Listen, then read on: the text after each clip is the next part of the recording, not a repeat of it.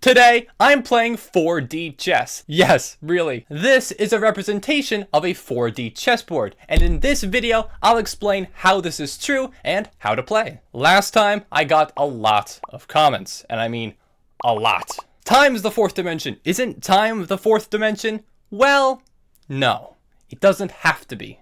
There are multiple ways to show a 4D chessboard with different space and time dimensions. Even the game 5D chess with multiverse time travel isn't actually 5D. There's only 4 dimensions. 2 of them are spatial and 2 of them are temporal. This is one way to show a 4D chessboard with 4 spatial dimensions and 0 temporal dimensions. But wait, we live in 3 dimensions. We have length, width, and height.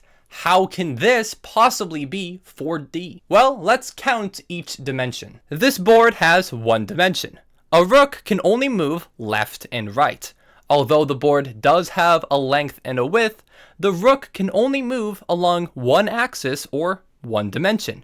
On a 2-dimensional board, a rook can move both left and right and forward and backward along 2 axes in 2 dimensions. We can add height as the 3rd dimension if we stack the boards like this. The rook moves left to right, back to front, and top to bottom. Now we have 3 axes. Now this is the tricky part. We can simulate this 3D board in 2-dimensional space by laying out each layer flat on the ground. We can simulate moving up and down by jumping between boards. Although this board only has a length and a width, it functions as a 3-dimensional board. We can make a 4-dimensional board by adding height to this flat 3D board. The rook can move left to right, front to back, top to bottom, and across. These are our 4 axes in our 4D board. Although 2 axes are parallel to each other,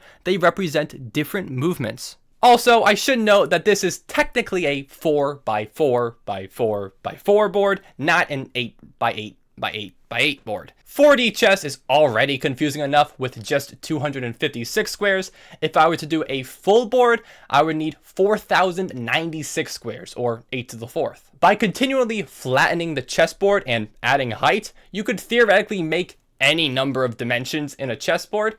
I don't know why you'd ever want to do that, but you could if you wanted to. Hopefully you understand 4-dimensional chess. Now, let's show how each piece moves. Green squares show where the pawn can move, and the yellow squares show where the pawn can attack. The pawn has 4 moves and attacks 9 squares. The bishop here can move to 30 different squares by moving diagonally in 12 directions, while always staying on a dark square. The knight has to move 1 square in 1 dimension and 2 squares in another for a total of 24 moves. Without any diagonal movement, the rook surprisingly becomes one of the worst pieces with only 12 moves. The queen becomes an absolute monster by combining the bishop's and rook's movements for 42 moves. The king is also surprisingly good, with at most 32 ways to escape checkmate. Chess players use algebraic notation to define chess moves like bishop b4 check, where the bishop moves to the square b4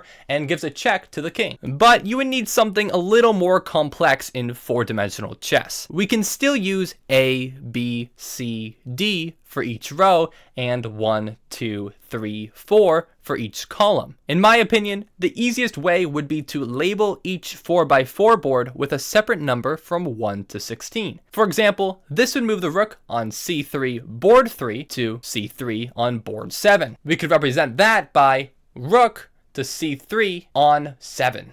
Here's a puzzle. In this position, white has checkmate in 2 moves. Pause here if you want to solve it yourself. First, let's map out each square that black's king can move to. The queen covers the 3 squares on board 8 and the 3 squares on board 4. The knight covers 2 squares on board 3, leaving just 2 squares uncovered. We can't allow the king to go to board 7, so the best move is bishop to d1 on board 13, check. Now the king has 15 possible safe squares. Luckily for us, white's king covers these 4 squares. The queen covers 6 squares, and we know the bishop covers these 2. Of course, the knight has these 2, so we know the king is trapped. There is one move that wins the game. Knight to d1 on board 10 checks the king, but blocks the bishop's diagonal. Instead, knight to b1 on board 7 checkmate wins the game. Consider liking and subscribing. More videos on the way soon. See you then.